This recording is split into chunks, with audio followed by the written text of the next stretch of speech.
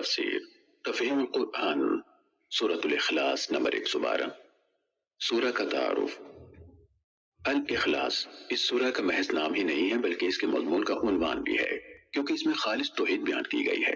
قرآن مجید کی دوسری سورتوں میں تو بالعموم کسی ایسے لفظ کو ان کا نام قرار دیا گیا ہے جو ان میں وارد ہوا ہو، لیکن اس سورہ میں لفظ اخلاص کہیں وارد نہیں ہوا ہے۔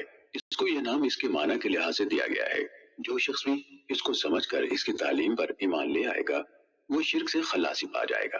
اس کے مکی اور مدنی ہونے میں اختلاف ہے، اور یہ اختلاف ان روایت کی بنا پر ہے جو اس کے سبب نزول کے بارے میں منقول ہوئی ہیں۔ ذیل میں ہم ان کو سلسلہ وار درج کرتے ہیں۔ نمبر 1، حضرت عبداللہ بن مسعود رضی اللہ تعالیٰ عنہ کی روایت ہے کہ قریش کے لوگوں نے رسول اللہ صلی اللہ علیہ وسلم سے کہا کہ اپنے رب کا نسب ہمیں بتائیے۔ اس پر یہ صورت نازل ہوئی۔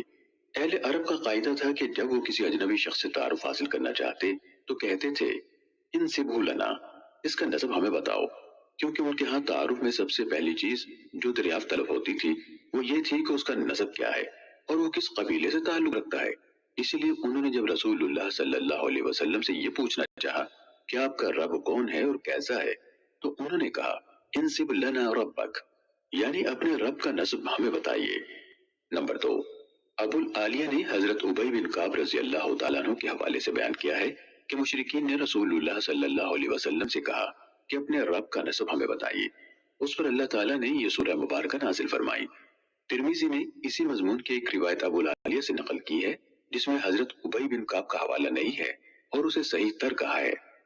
نمبر 3، حضرت جابر بن عبداللہ رضی اللہ تعالیٰ عنہ کا بیان ہے کہ ایک اعرابی نے، اور بعض روایت میں ہے کہ لوگوں نے نبی صلی اللہ علیہ وسلم سے کہا کہ اپنے رب کا نسب ہمیں بتائیے۔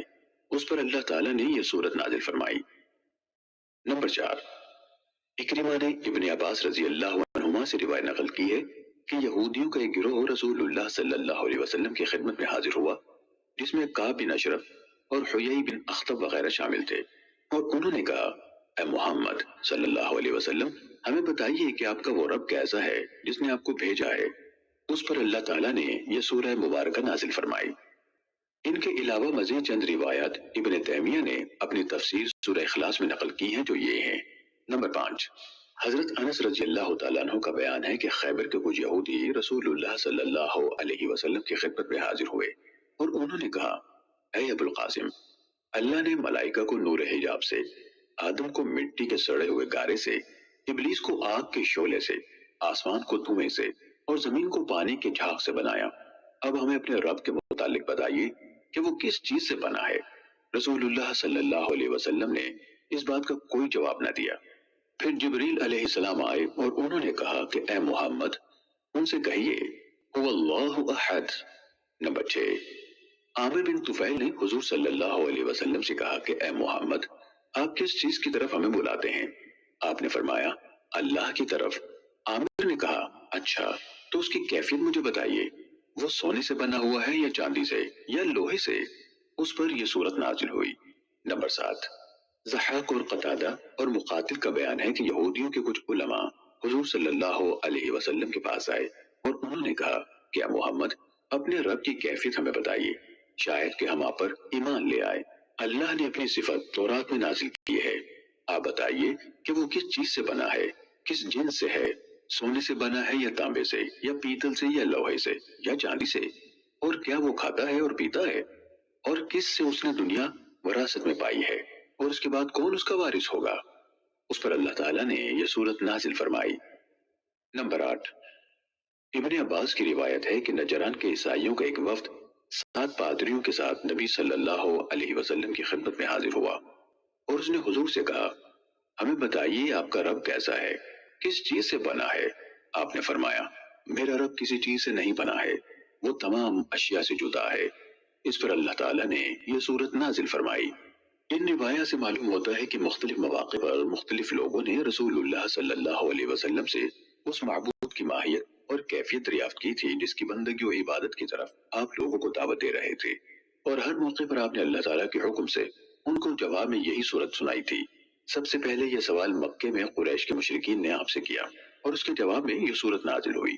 اس کے بعد مدینہ طیبہ میں کبھی یہودیوں نے، کبھی عیسائیوں نے اور کبھی عرب کے دوسرے لوگوں نے حضور سے اسی نوعیت کے سوالات کیے۔ اور ہر مرتبہ اللہ تعالیٰ کی طرف سے اشارہ ہوا کہ جواب میں یہی صورت آپ ان کو سنا دے۔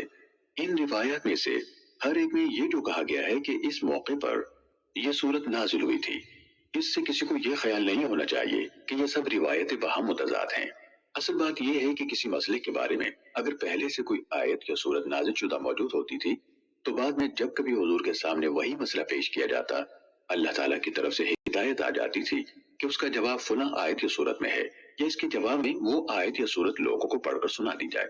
احادیث کے راوی اس چیز کو یوں بیان کرتے ہیں کہ جب فلاں معاملہ پیش آیا یا فلاں سوال کیا گیا تو یہ آیت یا صورت نازل ہوئی۔ اس کو تکرار نزول سے بھی تعبیر کیا جاتا ہے، یعنی ایک آیت یا صورت کا کئی مرتبہ نازل ہونا۔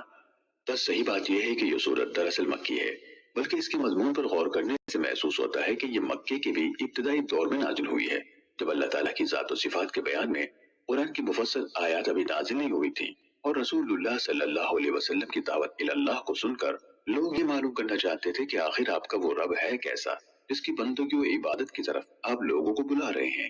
اس کے بالکل ابتدائی دور کی نازل شدہ صورت ہونے کا ایک ثبوت یہ بھی ہے کہ مکے میں جب حضرت بلال رضی اللہ تعالیٰ عنہ کا آقا امیہ بن خلف ان کو دھوپ میں تپتی ہوئی ریت پر لٹا کر ایک بڑا سا پتھر ان کی چھاتی پر رکھ دیتا تو وہ احدن احدن پکارتے تھے۔ یہ لفظ احد اسی سورہ سے ماخوذ تھا۔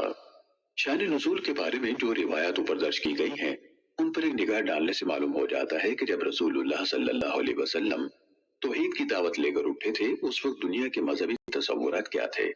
بت پرست مشرکین ان خداؤں کو پوج رہے تھے جو لکڑی، پتھر، سونے، چاندی وغیرہ مختلف چیزوں کے بنے ہوئے تھے، شکل، صورت اور جسم رکھتے تھے۔ دیویوں اور دیوتاؤں کی باقاعدہ نسل چلتی تھی۔ کوئی دیوی بے شوہر نہ تھی اور کوئی دیوتا بے زوجہ نہ تھا۔ ان کو کھانے پینے کی ضرورت بھی لاحق ہوتی تھی اور ان کے پرستار ان کے لیے اس کا انتظام کرتے تھے۔ مشرکین کی ایک بڑی تعداد اس بات کے قائل تھی کہ خدا انسانی شکل میں ظہور کرتا ہے اور کچھ لوگ اس کے اوتار ہوتے ہیں۔ عیسائی اگرچہ ایک خدا کو ماننے کے مدعی تھے مگر ان کا خدا بھی کم از کم ایک بیٹا تو رکھتا ہی تھا، اور باپ بیٹے کے ساتھ خدائی میں روح القدس کو بھی حصہ دار ہونے کا شرف حاصل تھا، حتیٰ کہ خدا کی ماں بھی ہوتی تھی اور اس کی ساس بھی۔ یہودی بھی ایک خدا کو ماننے کا دعویٰ کرتے تھے مگر ان کا خدا بھی مادیت اور جسمانیت اور دوسری انسانی صفات سے خالی نہ تھا۔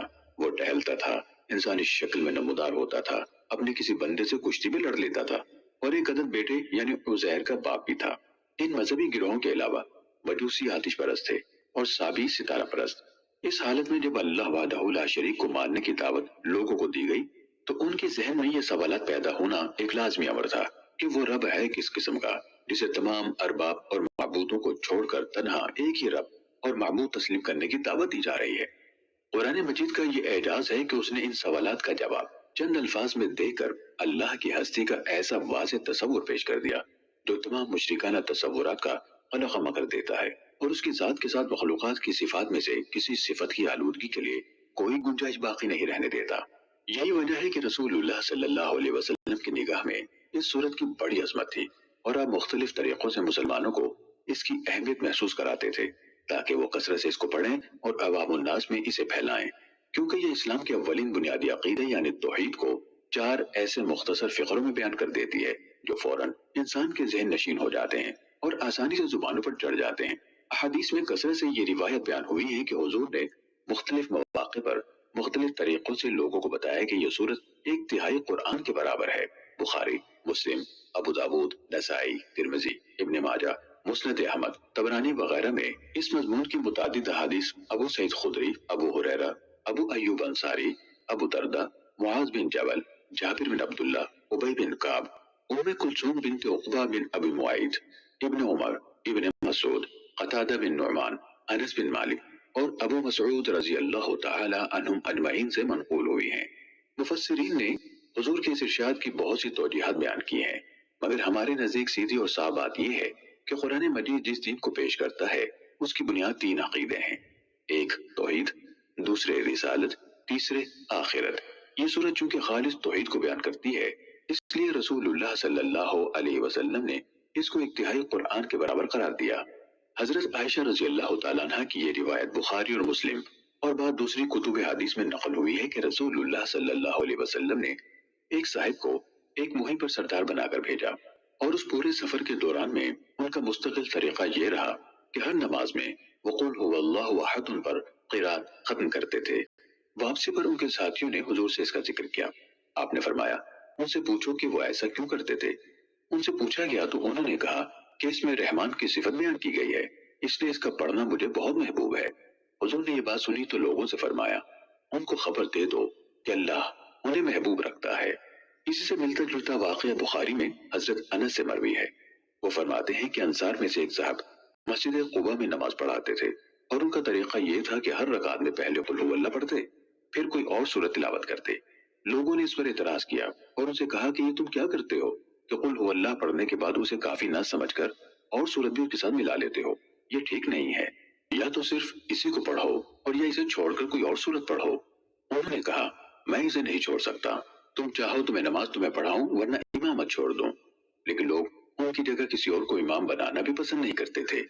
آخر کار معاملہ حضور صلی اللہ علیہ وسلم کے سامنے پیش کیا گیا۔ آپ نے ان سے پوچھا کہ تمہارے ساتھی جو کچھ چاہتے ہیں اسے قبول کرنے میں تم کو کیا امر مانے ہے؟ تمہیں ہر رکعت میں یہ سورت پڑھنے پر کس چیز نے آمادہ کیا؟ انہوں نے عرض کیا مجھے اس سے بہت محبت ہے۔ آپ نے فرمایا اس سورت سے تمہاری محبت نے تمہیں جنت میں داخل کر دیا۔